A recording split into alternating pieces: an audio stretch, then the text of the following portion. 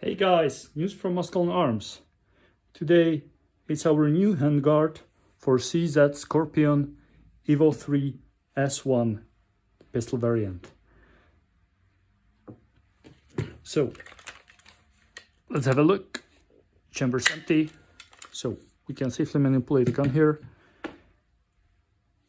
What's special on this one? Unlike others, this one is made out of stainless steel with nitrocarburized surface, which is giving this nice raven black color.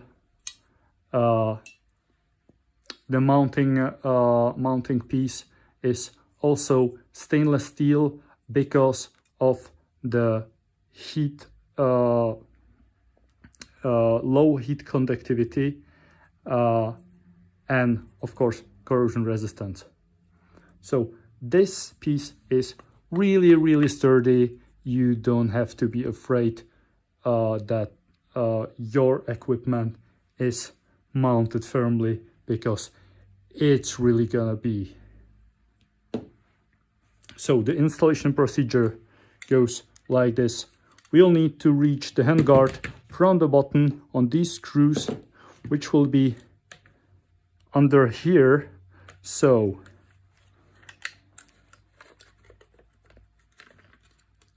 the lower receiver goes out first, and now the tricky part is the handguard.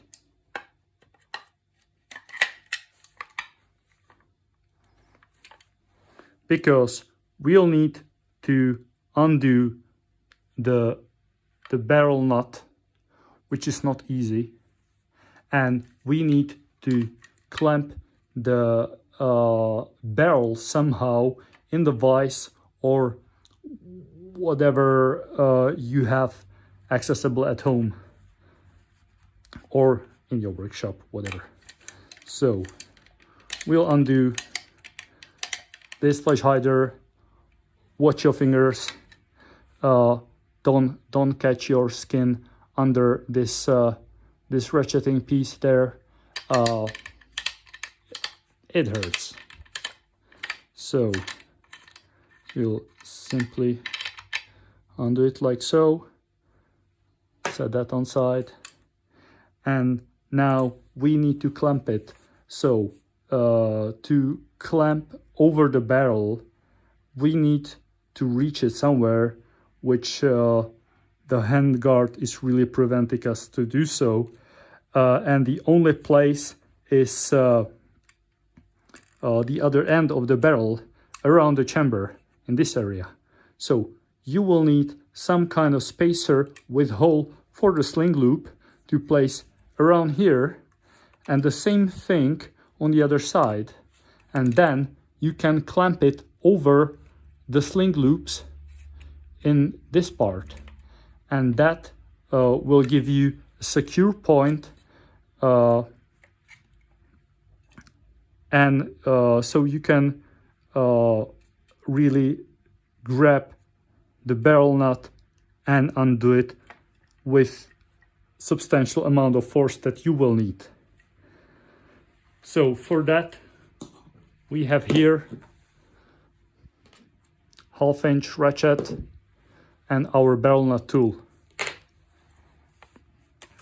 So to undo the barrel nut, you will need to heat it up. We usually do it by boiling it in the water. Like you just stick the gun, the front of the barrel to the pot with the water, and leave it boiling it there for like 20 minutes, and that will degrade the adhesive in there a little bit. That really depends on type of adhesive that they use. They were using different compounds in the past, like I believe it was epoxy resin in some time. It was Loctite, it was Roxette, really different stuff that works with different methods of degrading the adhesive and the bond between the adhesive and the metal. So the boiling in the water works for Roxette, but if it's a Loctite or epoxy, you need to apply a heat. So you need to insulate this plastic piece around if you want to protect it. If you're willing to discard the handguard, it really doesn't matter. So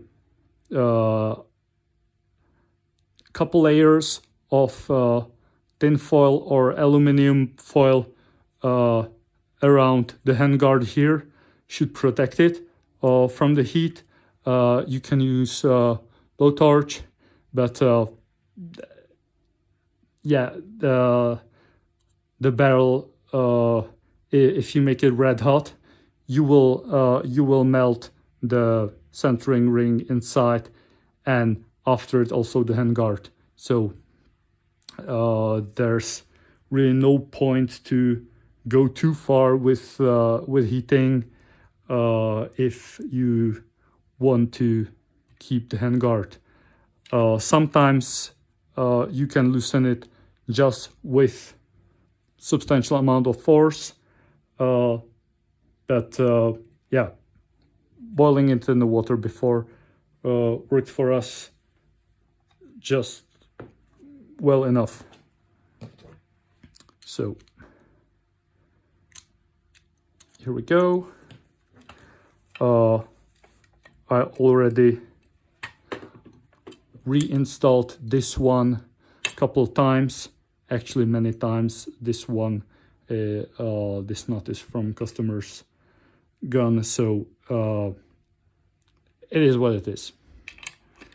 So there's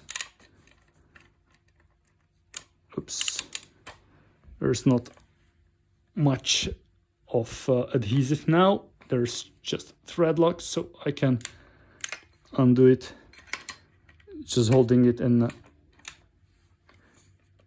my bare hands like so, and oh, I believe I can do it, yeah, just by hand. Again, be careful. This detent is kind of sharp, so it's better be a little cautious. So I'll undo it like so.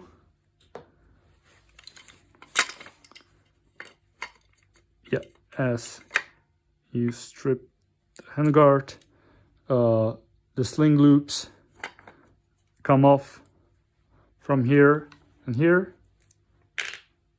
So those on side, and there's also the centering ring.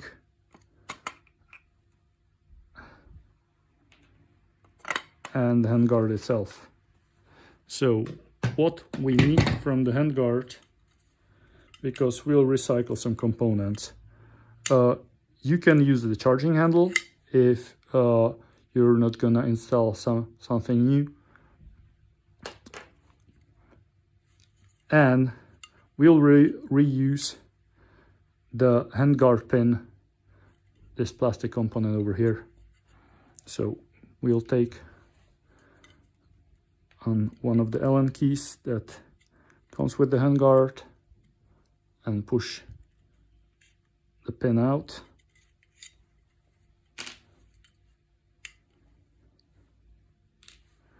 You can also keep the original iron sights. I'll keep that on you. Oh, one more thing. You can see the new rail is actually as long as the original one, so there's really no problem. Actually, I believe it's one groove longer than the original one, so you will have no problem to keep the same side distance as on the factory handguard. And it's also not much heavier. It's just like 1 ounce or 30 grams heavier than the plastic one, because obviously we'll miss some pieces, like, yeah, some of the components are just not present there. So first we'll try if the handguard fits. So this fits very nicely. Sometimes it's not that nice, because some older variants have these dents that are to lock the barrel from being undone. So you'll need to file these flush with the OD here, and then you can slide it nicely in place. Before we do that, we'll assemble the handguard like so. You'll see the screw in the back goes to the mounting piece. That's the hard point for locating the rail section, and so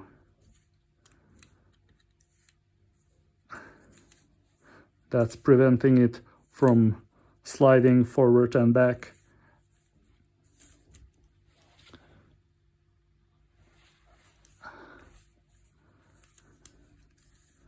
So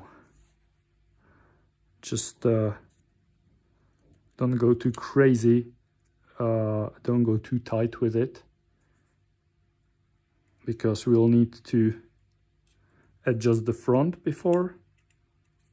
So you can see there's the M-lock going in.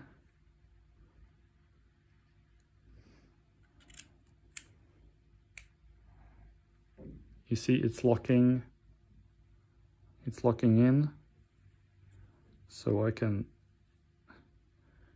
do it just with like half a turn more, and now I can secure this like quarter turn more, and it's there, really solid. You can see this section is plastic, but the point where you're locking your charging handle up, there's a steel plate, so you don't have to be too worried about stripping the plastic piece on the corner here. And you can also install the handguard pin. It's quite wise to do it before you make it completely tight, because yeah, the plastic. So there we go. And we'll need to install the handguard as well. Sorry, I mean the charging handle. So we'll slide this on first.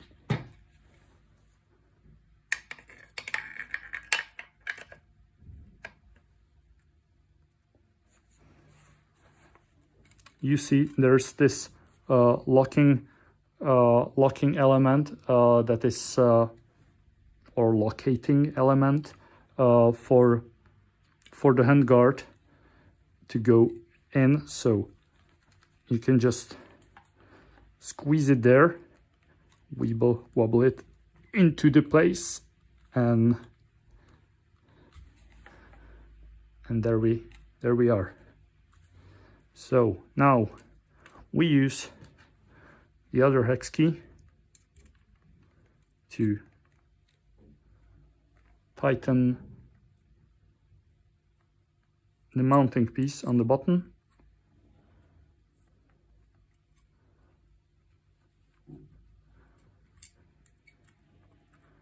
You can go really tight here because it's steel and steel, and there's also lock set pre-applied on these fasteners, these set screws, so they don't come loose even when it's heated up, so you don't have to really mind that. You can see the C-clamp grip works really nice with this one because there's missing section of the rail in the front. So there we go. There we install the charging handle. So again, be careful about this little guy that needs to be pushed in when you're reinstalling the charging handle, and push this back in. Now you can tighten this screw.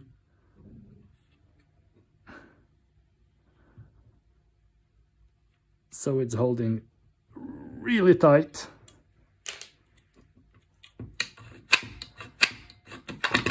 Oops. This is not planned, but I just revealed you a little secret that we have for later, if you were paying attention. So, there we go.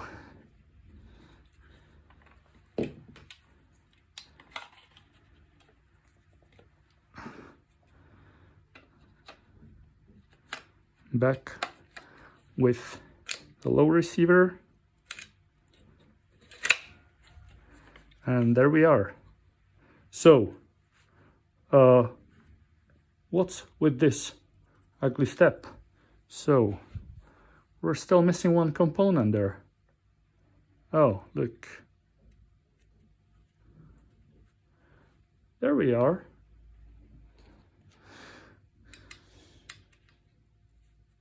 Again, it's in the M-lock, so just tighten it a bit.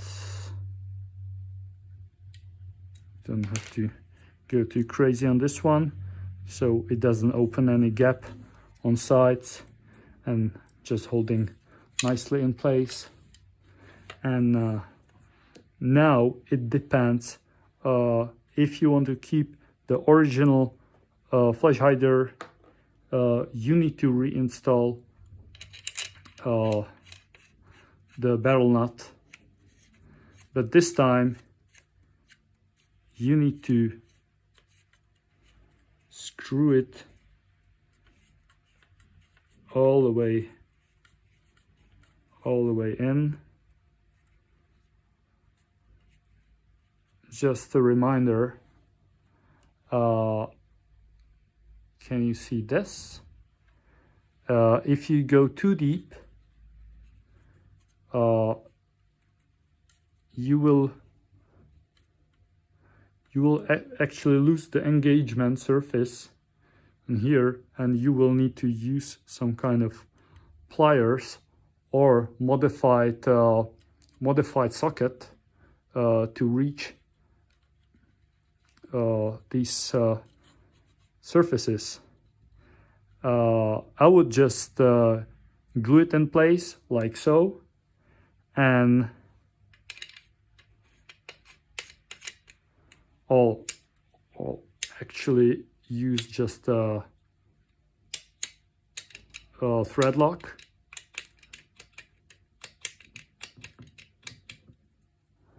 And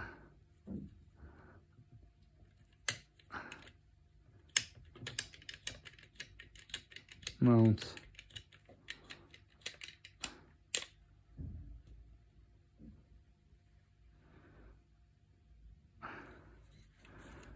and you can actually screw it so the barrel ends at the beginning of the flash hider's chamber, just about so,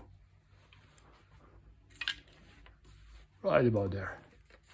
So there we are with the handguard installed in place.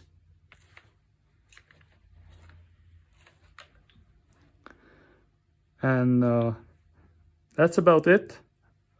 Please let me know in the comments how you like it. And that's it for today. Have a good one. Bye bye.